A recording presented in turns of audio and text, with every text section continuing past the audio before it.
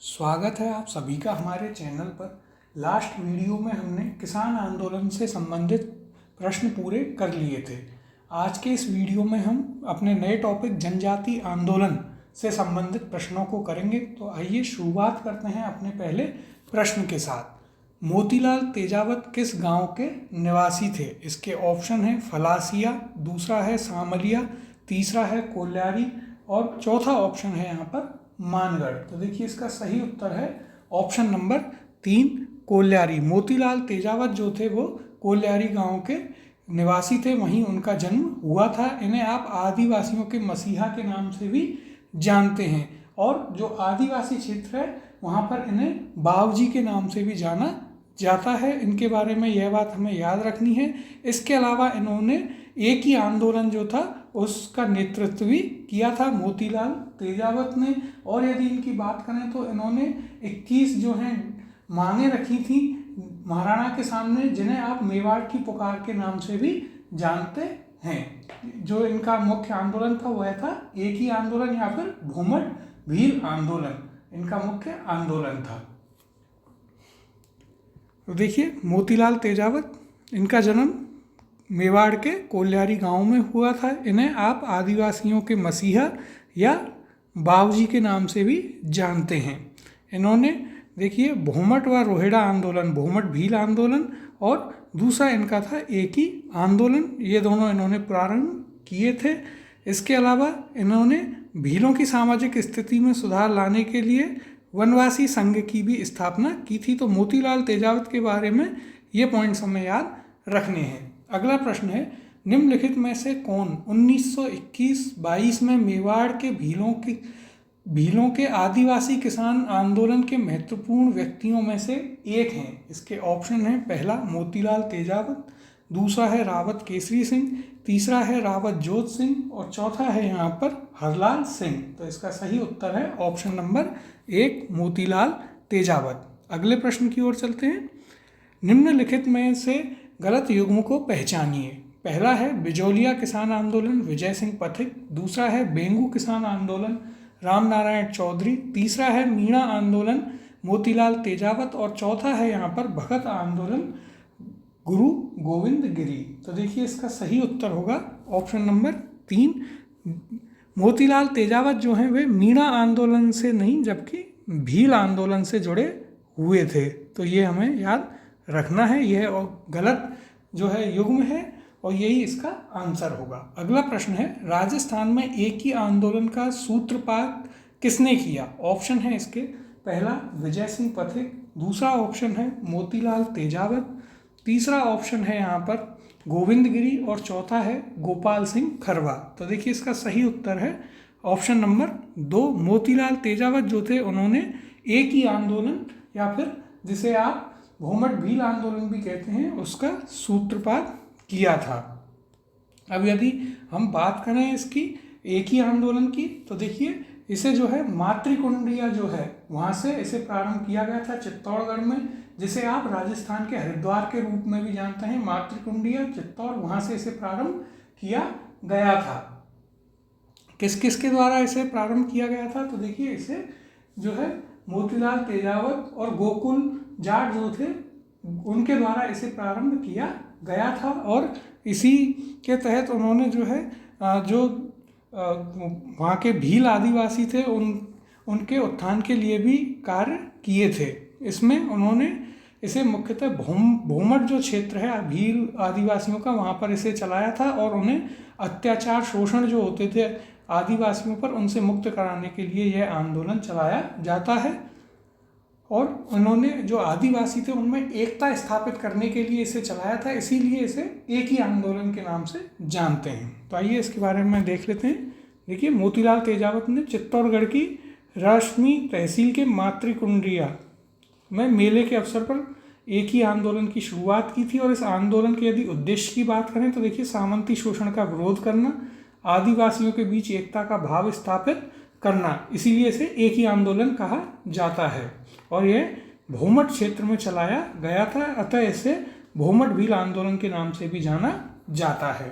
अगला प्रश्न है, एक ही आंदोलन का प्रमुख उद्देश्य क्या था? ऑप्शन है इसके भीलों में व्याप्त बुराइयों को दूर करना, किसानों को भारी लगान और अन्यायपूर्ण बेगार से मुक्त करवाना, भीलों को साहूकार के चंगुल से मुक्त करवाना और भील राज्य की स्थापना करने के लिए भीलों एवं गरासियों का एक संगठन बनाना। तो देखिए इसका सही उत्तर है ऑप्शन नंबर 2, किसानों को भारी लगान और अन्यायपूर्ण बेगार से मुक्त करवाना, जो एक ही आंदोलन का प्रमुख उद्देश्य था।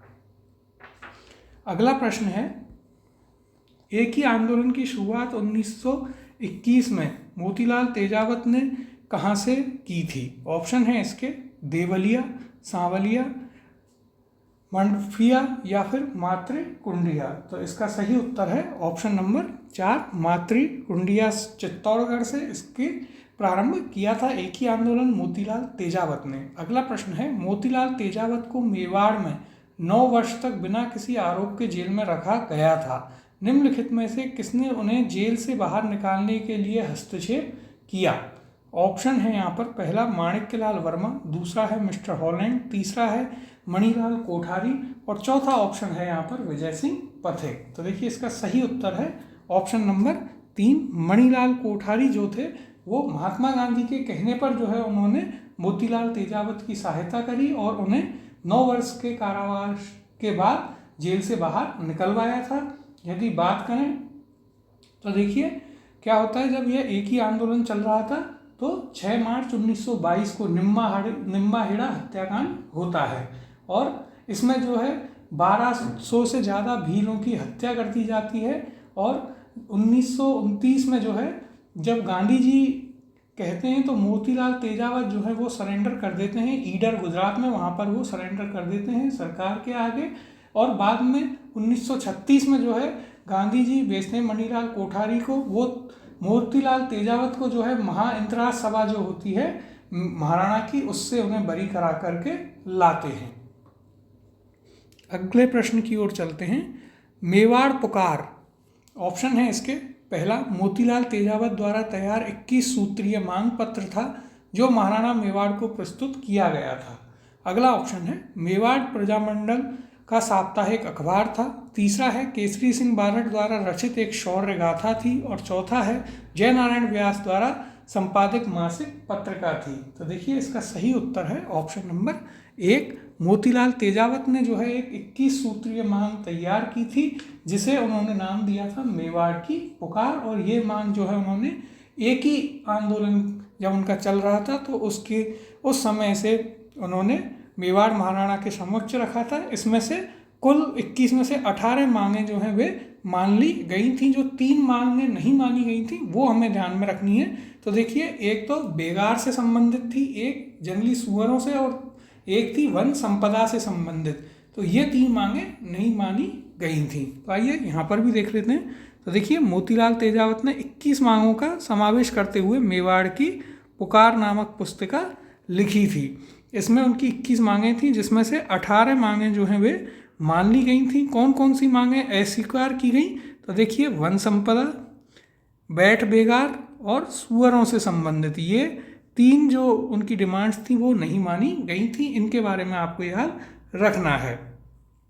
अगला प्रश्न है मेवाड़ पुकार नामक 21 सूत्रीय मांग पत्र किसने तैयार किया था? ऑप्शन है इसके मोतीलाल तेजावत, विजय सिंह पथिक, माणिक्यलाल वर्मा और साधु सीताराम दास। तो इसका सही उत्तर है ऑप्शन नंबर 1, मोतीलाल तेजावत ने। अगला प्रश्न है जुलाई 1921 में मोतीलाल तेजावत ने किस स्थान से भील आंदोलन छेड़ा? ऑप्शन है इसके झाड़ोल, दूसरा है गोगुंदा, तीसरा है कोटड़ा और चौथा है सिरोही। तो देखिए इसका सही उत्तर है ऑप्शन नंबर 1, झाड़ोल से जो है मोतीलाल तेजावत ने ये भील आंदोलन जो है उसकी शुरुआत की थी। तो ये आपको याद रखना है, झाड़ोल से इसकी शुरुआत की गई थी, एक ही आंदोलन या फिर भील आंदोलन जो था उसकी। अगला प्रश्न है मोतीलाल तेजावत किस ठिकाने में कामदार थे? इसके ऑप्शन है पहला झाड़ोल, दूसरा है बांसी, तीसरा है सलुम्बर और चौथा है बिजौलिया। तो देखिए इसका सही उत्तर है ऑप्शन नंबर 1, मोतीलाल तेजावत जो है वे झाड़ोल ठिकाने में कामदार थे और वहीं से उन्होंने जो है भील आंदोलन की शुरुआत की थी। अगला प्रश्न है सामाजिक सुधारक गोविंद गुरु का जन्म हुआ? ऑप्शन है यहाँ पर आपके पास, पहला पंडित परिवार में, दूसरा है किसान परिवार में, तीसरा है बंजारा परिवार में और चौथा है यहाँ पर जमींदार परिवार में। तो देखिए इसका सही उत्तर है हमारे पास ऑप्शन नंबर 3, बंजारा परिवार में जो है जो सामाजिक गुरु थे गोविंद गुरु, उनका जन्म हुआ था। और कहाँ उनका जन्म हुआ था? तो देखिए बेड़सा, डूंगरपुर में जो है वहाँ पर उनका जन्म एक बंजारा परिवार में हुआ था। तो इनके बारे में याद रखना है। बेड़सा गांव है, कहाँ पर है? डूंगरपुर में, वहाँ इनका जन्म हुआ था। तो देखिए गोविंद गुरु का जन्म डूंगरपुर के बेदसा या बांसिया गांव में हुआ था, यह पॉइंट याद रखना है। अगला प्रश्न है, गोविंद गिरी के नेतृत्व में भील गतिविधियों का केंद्र बेड़सा गांव किस राज्य में था? ऑप्शन है इसके डूंगरपुर, बांसवाड़ा, सिरोही या फिर ईडर। तो देखिए इसका सही उत्तर है ऑप्शन नंबर 1, डूंगरपुर। अगला प्रश्न है, आदिवासी नेता गोविंद गुरु किस जिले से संबंधित हैं? ऑप्शन है हमारे पास, पहला डूंगरपुर, दूसरा है चित्तौड़, तीसरा है बांसवाड़ा और चौथा है सिरोही। तो देखिए हमने पढ़ा गोविंद गुरु जो थे उनका जन्म बेड़सा गांव में हुआ था जो कि डूंगरपुर में था, और वहीं उन्होंने अपने आंदोलन, भगत आंदोलन या लसड़िया आंदोलन जिसे कहते हैं, उसकी नींव रखी थी और उसे चलाया था। तो ऑप्शन नंबर 1 इसका सही उत्तर होगा, डूंगरपुर। अगला प्रश्न है, गोविंद गिरी की गतिविधियों का केंद्र 1911 और 1912 में क्या था? ऑप्शन है इसके ईडर, संतू, बेड़सा या फिर खेड़ा। तो देखिए इसका सही उत्तर है ऑप्शन नंबर 3, बेड़सा जो है उनकी गतिविधियों का प्रमुख केंद्र था। अगला प्रश्न है, प्रसिद्ध भगत आंदोलन का नेतृत्व किया गया था? ऑप्शन है इसके, पहला गोविंद गिरी, गोपालिया और पुंजाधीर जी, दूसरा ऑप्शन है माणिक्यलाल वर्मा एवं गोविंद गिरी, तीसरा ऑप्शन है जमनालाल बजाज एवं विजय सिंह पथिक और चौथा ऑप्शन है यहाँ पर गोविंद गिरी एवं मोतीलाल तेजावत। तो देखिए इसका सही उत्तर है हमारे पास ऑप्शन नंबर 1, गोविंद गिरी और पुंजाधीर जी जो थे उन्होंने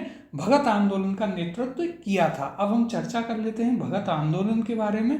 तो देखिए यदि भगत आंदोलन की बात करें तो इसका मुख्य केंद्र बेड़सा था जो कि आपके डूंगरपुर में है। कौन इसके प्रमुख नेता थे या नेतृत्व इसका कर रहे थे? तो इसका नेतृत्व किया गोविंद गुरु ने और सुरजी भगत ने। और जो गोविंद गुरु थे वे दयानंद सरस्वती से जो है काफ़ी प्रभावित थे और उन्होंने जो वहाँ के आदिवासी थे उनको हिंदू धर्म से जोड़ने के लिए भारत सेक्ट की भी जो है उन्होंने स्थापना करी थी। अब यदि इनके बारे में और बात करें तो इन्होंने 1883 में सुरजी भगत के साथ में संप सभा की स्थापना करी और कोतवाल नाम से एक पुलिस अधिकारी को भी नियुक्त इन्होंने किया।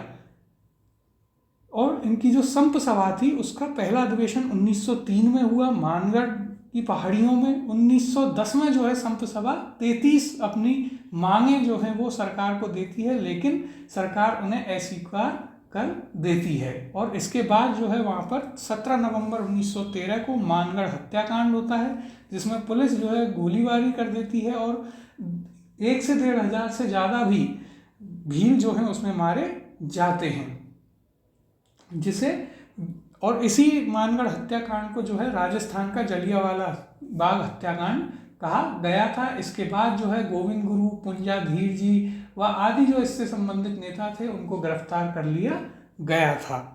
देखिए यहाँ भी हम पढ़ते हैं, भीलों में नवसंचार हेतु गोविंद गुरु ने डूंगरपुर और बांसवाड़ा क्षेत्र में भगत आंदोलन चलाया था। 1883 में जैसे कि अभी बताया कि संप सभा जो है उन्होंने सिरोही में स्थापित की थी जिससे कि आदिवासियों में जागृति पैदा की जाए।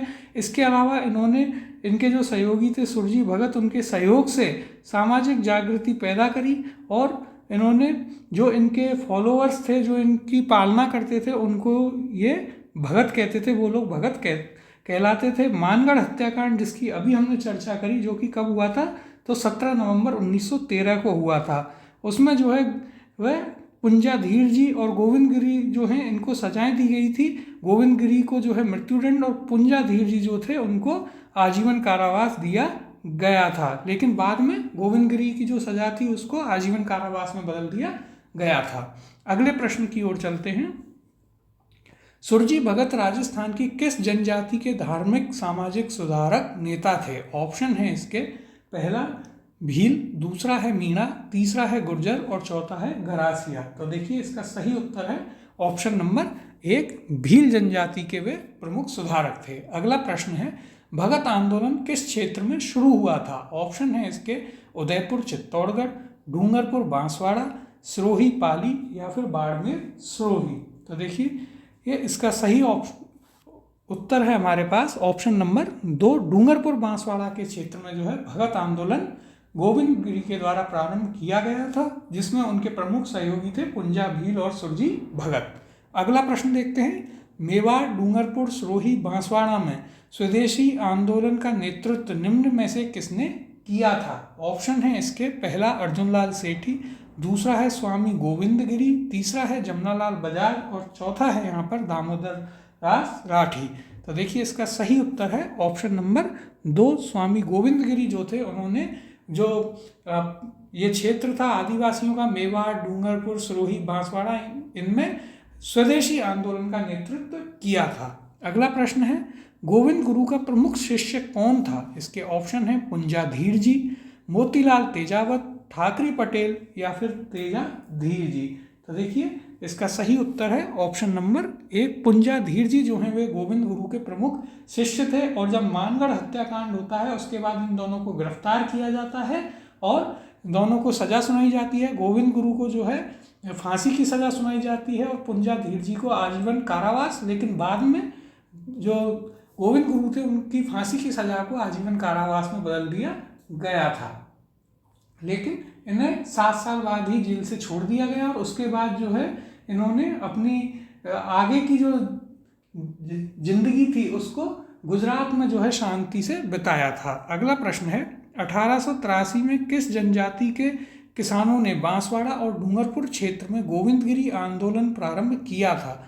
ऑप्शन है इसके, सांसी, भील, गरासिया या फिर बिजोरिया। तो देखिए इसका सही उत्तर है ऑप्शन नंबर 2, भील जनजाति। अगला प्रश्न है, गोविंदगिरी के नेतृत्व में हुए भील आंदोलन को किस नाम से जाना जाता है? ऑप्शन है इसके, पहला एकी आंदोलन, दूसरा शुद्धि आंदोलन, तीसरा है यहाँ पर भगत आंदोलन और चौथा है जनजाति आंदोलन। तो देखिए इसका सही उत्तर है हमारे पास ऑप्शन नंबर 3, भगत आंदोलन। एकी आंदोलन की यदि बात करें तो ये किसके नेतृत्व में था? तो एक ही आंदोलन था आपका मोतीलाल तेजावत के नेतृत्व में। तो यहाँ पर ये पॉइंट हमें याद रखना है, एक ही आंदोलन मोतीलाल तेजावत के नेतृत्व में था और भगत आंदोलन जो है वो गोविंदगिरी के नेतृत्व में था। अगला प्रश्न है, गोविंद गुरु किस आंदोलन के नेता थे? ऑप्शन है इसके, भील आंदोलन, किसान आंदोलन, प्रजामंडल या फिर आर्य समाज। तो इसका सही उत्तर है ऑप्शन नंबर 1, भील आंदोलन। अगले प्रश्न की ओर चलते हैं, निम्नलिखित में से किसने डूंगरपुर और बांसवाड़ा के भील आंदोलन का नेतृत्व किया?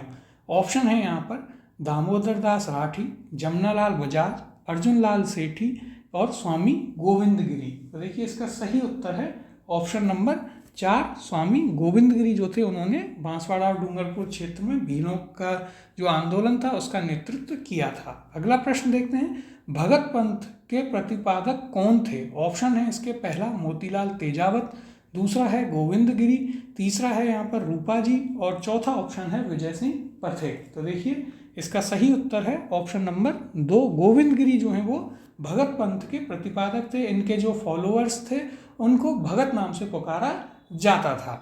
अगला प्रश्न है, 1883 में गोविंदगिरी ने मेवाड़, डूंगरपुर, गुजरात और मालवा के भील और गरासिया जाति के लोगों को संगठित करने के लिए किस सभा की स्थापना की थी? ऑप्शन है इसके, पहला संत सभा, दूसरा है नीमड़ा सभा, तीसरा है मीणा क्षेत्रीय महासभा और चौथा है यहाँ पर परोपकारिणी सभा। तो देखिए इसका सही उत्तर है ऑप्शन नंबर 1, संप सभा। और संप सभा का यदि हम बात करें, संप सभा के बारे में चर्चा करें तो देखिए इसका गठन जो है या फिर इसकी स्थापना 1883 में की गई थी। किसके द्वारा? तो गोविंदगिरी और उनके सुरजी भगत के द्वारा की गई थी। और इन्होंने जो है फिर 1903 में इसका पहला अधिवेशन किया। कहाँ पर? तो मानगढ़ की पहाड़ियों में। 1910 में जो है ये अपनी 33 सूत्री मांगों को सरकार को देते हैं, लेकिन सरकार उन सभी को खारिज कर देती है और आगे चलकर जो है यहाँ पर मानगढ़ हत्याकांड होता है। अगले प्रश्न को देखते हैं, भील एवं गरासियों को एकत्रित करने के लिए संत सभा की स्थापना किसने की? ऑप्शन है इसके मोतीलाल तेजावत, भोगीलाल पांड्या, गोविंद गिरी और जोरावर सिंह। तो इसका सही उत्तर है ऑप्शन नंबर 3 गोविंद गिरी। और गोविंद गिरी के साथ में कौन थे यदि उनकी बात करें तो गोविंद गिरी के साथ थे सुरजी भगत। तो इनका नाम भी आपको याद रखना है।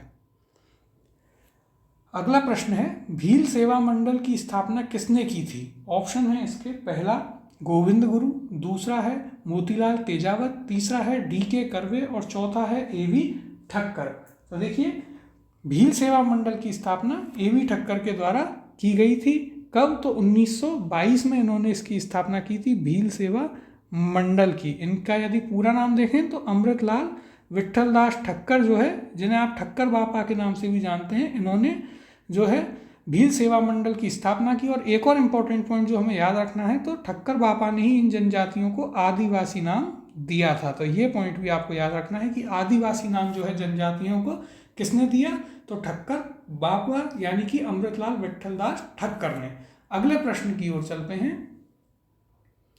मेवाड़, वांगड़ और पास के क्षेत्रों के भीलों में सामाजिक सुधार के लिए लसोड़िया आंदोलन का सूत्रपात किसने किया? ऑप्शन है इसके पहला मावजी, दूसरा है आपका गोविंद गिरी, तीसरा है सुरमल दास और चौथा है यहाँ पर मोतीलाल तेजावत। तो देखिए इसका सही उत्तर है आपका ऑप्शन नंबर 1 संत मावजी जो थे, उन्होंने मेवाड़ या वांगड़ जो क्षेत्र था वहाँ के भीलों में सामाजिक सुधार के लिए लसोड़िया आंदोलन चलाया था। अब ये यदि हम चर्चा करें लसोड़िया आंदोलन की तो देखिए ये यहाँ पर देख लेते हैं। तो देखिए जो आदिवासी क्षेत्र थे उनमें ये चलाया गया था, किसके द्वारा? तो संत मावजी ने जो है इस आंदोलन को चलाया था। और इन्होंने किस चीज़ के लिए? तो देखिए जो आदिवासी थे उनको अंधविश्वास से बचने के लिए उनको तैयार किया।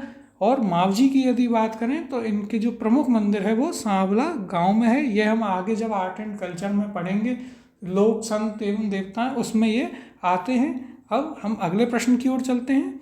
राजस्थान का जलियांवाला बाग के नाम से प्रसिद्ध स्थान मानगढ़ धाम किस जिले में स्थित है? इसके ऑप्शन हैं आपके पास, पहला उदयपुर, दूसरा बांसवाड़ा, तीसरा बीकानेर और चौथा है जोधपुर। तो देखिए इसका सही उत्तर है ऑप्शन नंबर 2 बांसवाड़ा। यदि हम चर्चा करें मानगढ़ धाम हत्याकांड की तो सबसे पहले हमें डेट याद रखनी है कब हुआ ये, तो ये होता है आपका 17 नवंबर 1913 को। यहाँ पर जो है पुलिस अधिकारी जो थे उन्होंने संत सभा की जो मीटिंग चल रही थी उसमें खुलेआम गोलीबारी की और इसका नेतृत्व किया गुल मोहम्मद नाम के एक अधिकारी थे। उन्होंने इसमें 1500 से अधिक भील जो हैं आदिवासी मारे गए थे और इसे आप राजस्थान के जलियांवाला बाग हत्याकांड के रूप में जानते हैं। देखिए यहाँ भी आप देख सकते हैं कि संत सभा के मानगढ़ जो कि बांसवाड़ा में है, वहाँ वार्षिक अधिवेशन हुआ 17 नवंबर 1913 को। डेट हमें याद रखनी है। यहाँ पर जो है सेना द्वारा गोलियाँ चलाई गई थी और कौन कौन शामिल थे? कर्नल शटन के आदेश पर मेजर हैमिल्टन, मेजर एस बेले और कैप्टन स्टोकले की अगुवाई में मेवाड़ भील कोर और रजवाड़ों ने अपनी जो है सेना ने मिलकर इन पर गोलीबारी की, जिसमें 1500 से अधिक भील मारे गए थे। और मानगढ़ हत्याकांड को राजस्थान में जलियांवाला बाग हत्याकांड के नाम से जाना जाता है। तो आपको यहाँ पर डेट अच्छे से याद रखनी है, मानगढ़ कांड की 17 नवंबर 1913। अगला प्रश्न है बांसवाड़ा का मानगढ़ धाम किस समुदाय से संबंधित है? ऑप्शन है इसके गुर्जर, भील, बनिया या फिर अहीर। तो इसका सही उत्तर है ऑप्शन नंबर 2 भील समुदाय से यह संबंधित है। अगले प्रश्न की ओर चलते हैं। गोविंद गिरी के नेतृत्व में भील आंदोलन को दबाने के लिए मानगढ़ का जनसंहार किस वर्ष में हुआ था? ऑप्शन है इसके पहला 17 नवंबर 1913, दूसरा है यहाँ पर 13 अक्टूबर 1913, अगला ऑप्शन है 21 जनवरी 1914 और चौथा ऑप्शन है 23 मार्च 1914। तो देखिए इसका सही उत्तर है हमारे पास ऑप्शन नंबर 1 17 नवंबर 1913 को जो है मानगढ़ धाम हत्याकांड हुआ था। अगला प्रश्न है निम्न में से किस स्थान पर 1913 का भील विद्रोह हुआ था? ऑप्शन है इसके पहला डूंगरपुर, दूसरा है ईडर, तीसरा है मानगढ़ और चौथा है यहाँ पर कुशलगढ़। तो इसका सही उत्तर है ऑप्शन नंबर 3 मानगढ़।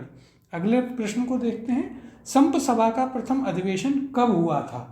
ऑप्शन है इसके 1885, 1899, 1906 या फिर 1903। तो देखिए इसका सही उत्तर है ऑप्शन नंबर 4, 1903 में जो है इसका प्रथम अधिवेशन हुआ था संप सभा का। इसकी स्थापना कब की गई थी?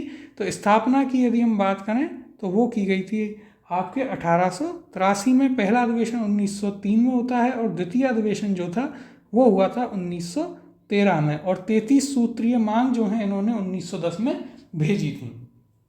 अगला प्रश्न देखते हैं, वागड़ के गांधी किस जिले के रहने वाले थे? तो ऑप्शन है यहाँ पर आपके पास, पहला जयपुर, दूसरा है डूंगरपुर, तीसरा है उदयपुर और चौथा है यहाँ पर बांसवाड़ा। तो देखिए वागड़ के गांधी के नाम से आप जानते हैं भोगीलाल पांड्या को, जो कि डूंगरपुर के रहने वाले थे। तो ऑप्शन नंबर 2 इसका सही उत्तर है। वागड़ के गांधी यदि हम चर्चा करें तो देखिए वागड़ के गांधी के नाम से आप जानते हैं भोगीलाल पांड्या को, इनका नाम आपको याद रखना है। अगले प्रश्न की ओर चलते हैं, बागड़ प्रदेश के गांधी के नाम से विख्यात स्वतंत्रता सेनानी थे। ऑप्शन है इसके, पहला हरिदेव जोशी, दूसरा है मोतीलाल तेजावत, तीसरा है यहाँ पर माणिक्यलाल वर्मा और चौथा है भोगीलाल पांड्या। इसका सही उत्तर है ऑप्शन नंबर 4, भोगीलाल पांड्या। अगला प्रश्न है, 1935 में डूंगरपुर में किसके द्वारा हरिजन सेवा समिति की स्थापना की गई थी? ऑप्शन है यहाँ पर भोगीलाल पांड्या, माणिक्यलाल वर्मा, गोविंद गिरी या फिर सूरमल दास। तो इसका सही उत्तर है ऑप्शन नंबर 1, भोगीलाल पांड्या के द्वारा 1935 में हरिजन सेवा समिति की स्थापना डूंगरपुर में की गई थी। अगले प्रश्न की ओर चलते हैं, मीणाओं ने रियासत काल में किस अधिनियम के विरुद्ध आंदोलन किया था? ऑप्शन है इसके, पहला सती प्रथा विरोधी अधिनियम, दूसरा है जयराम पेशा अधिनियम, तीसरा ऑप्शन है यहाँ पर बालिका वध विरोधी अधिनियम और चौथा है इनमें से कोई नहीं। तो देखिए इसका सही उत्तर है ऑप्शन नंबर 2, जयराम पेशा अधिनियम जो था, जयराम पेशा कानून, उसके विरुद्ध मीणा उन्हें रियासत काल में आंदोलन किए थे। अब हम चर्चा कर लेते हैं मीणा आंदोलन के ऊपर और जयराम पेशा जो कानून था उसके ऊपर भी। तो देखिए मीणा आंदोलन जो है इसकी यदि हम बात करें तो इसका नेतृत्व किया था छोटू राम ने, जवाहर राम ने और महादेव ने। 1924 में जो है आपके पास क्रिमिनल ट्रायल एक्ट आता है जिसे आप जयराम पेशा के नाम से जानते हैं, जिसमें मीणा जाति को भी जोड़ लिया गया था। और 1930 में ऐसा प्रावधान बनाया गया जयराम पेशा से कि हर मीणा आदमी और औरत दोनों को यह बाध्य किया गया कि वे पुलिस थाने में आकर के हाजिरी दें। 1933 में फिर जो है मीणा क्षेत्रीय महासभा की स्थापना की गई और 1944 में यदि आप बात करें तो आगे जाकर बंशीधर शर्मा जो थे उन्होंने जयपुर मीणा सुधार समिति की भी स्थापना की थी। तो ये चीज़ हमें याद रखनी है। इसके बाद मीणाओं से संबंधित नीम का थाना में जो है एक कॉन्फ्रेंस होती है, उसमें जो है नीम का थाना सम्मेलन जिससे हम जानते हैं, उसमें संत मगन सागर जो थे उन्होंने मीणा पुराण जो है वह पूरी मीणा पुराण जो है उसको बताया था पूरा। और ये इससे संबंधित कुछ पॉइंट हैं जो हमें याद रखने हैं। आइए इधर देख लेते हैं। तो 1924 में जो है भारत सरकार क्रिमिनल ट्राइब्यूनल्स एक्ट लेके आती है जिसे जयपुर में लागू किया गया, जिसके अंतर्गत क्या प्रावधान था कि जयराम पेशा मानकर हर मीणा परिवार के बालिग स्त्री पुरुष ही नहीं 12 वर्ष से बड़े बच्चों के पास भी पुलिस थाने में नाम दर्ज करवाना और रोजाना हाजिरी देना वहाँ पर अनिवार्य कर दिया गया था। अब यदि बात करें यहाँ पर नेतृत्व किस किसने प्रदान किया तो देखिए छोटू राम झरवाल, जवाहर राम और महादेव, इन 3 लोगों ने जो है इसे नेतृत्व प्रदान किया था। आगे बात करते हैं तो देखिए 1933 में मीणा क्षेत्रीय सभा जो मैंने अभी आपको बताया उसकी स्थापना की जाती है। फिर जैन मुनि जो है मगन सागर जी, संत मुनि सागर जो थे उन्होंने, मुनि मगन सागर, उन्होंने एक बृहद सम्मेलन जो है नीम का थाना में आयोजित करवाया। कब? तो 1944 में। और इस सम्मेलन में जो है जयपुर राज्य मीणा सुधार समिति की स्थापना की गई थी। किसके द्वारा? तो बंशीधर शर्मा के द्वारा। यह हमें याद रखना है। इसके ये अध्यक्ष थे। मंत्री कौन थे? तो राजेंद्र कुमार अजय थे और संयुक्त मंत्री लक्ष्मी नारायण झरवाल थे। ये हमें याद रखने हैं। तो ये कुछ इंपॉर्टेंट पॉइंट हैं इनसे संबंधित। अब अगले प्रश्न की ओर चलते हैं। मीणा क्षेत्रीय सभा का गठन हुआ। ऑप्शन है इसके, पहला 1923, दूसरा है 1933, तीसरा है 1935 और चौथा है 1939। तो इसका सही उत्तर है ऑप्शन नंबर 2, 1933 में जो है मीणा क्षेत्रीय महासभा का गठन किया गया था। अगला प्रश्न देखते हैं, किसकी अध्यक्षता में मीणा जाति का एक विशाल सम्मेलन अप्रैल 1944 में नीम का थाना में आयोजित हुआ था? ऑप्शन है इसके, पहला शांति सागर जी महाराज, दूसरा है मगन सागर जी महाराज, तीसरा है हीरालाल शास्त्री और चौथा ऑप्शन है शोभालाल गुप्ता। तो देखिए इसका सही उत्तर है ऑप्शन नंबर 2, जो जैन मुनि मगन सागर जी महाराज थे उनके नेतृत्व में नीम का थाना सम्मेलन 1944 में आयोजित किया गया था और उन्होंने एक पुस्तक लिखी थी मीणा पुराण, जिसमें जो मीणाओं का इतिहास था उसे काफ़ी अच्छे से उसका वर्णन किया गया था। अगला प्रश्न देखते हैं, शोभालाल गुप्ता द्वारा किस स्थान पर हरिजन एवं भीलों के विकास हेतु एक आश्रम की स्थापना की गई?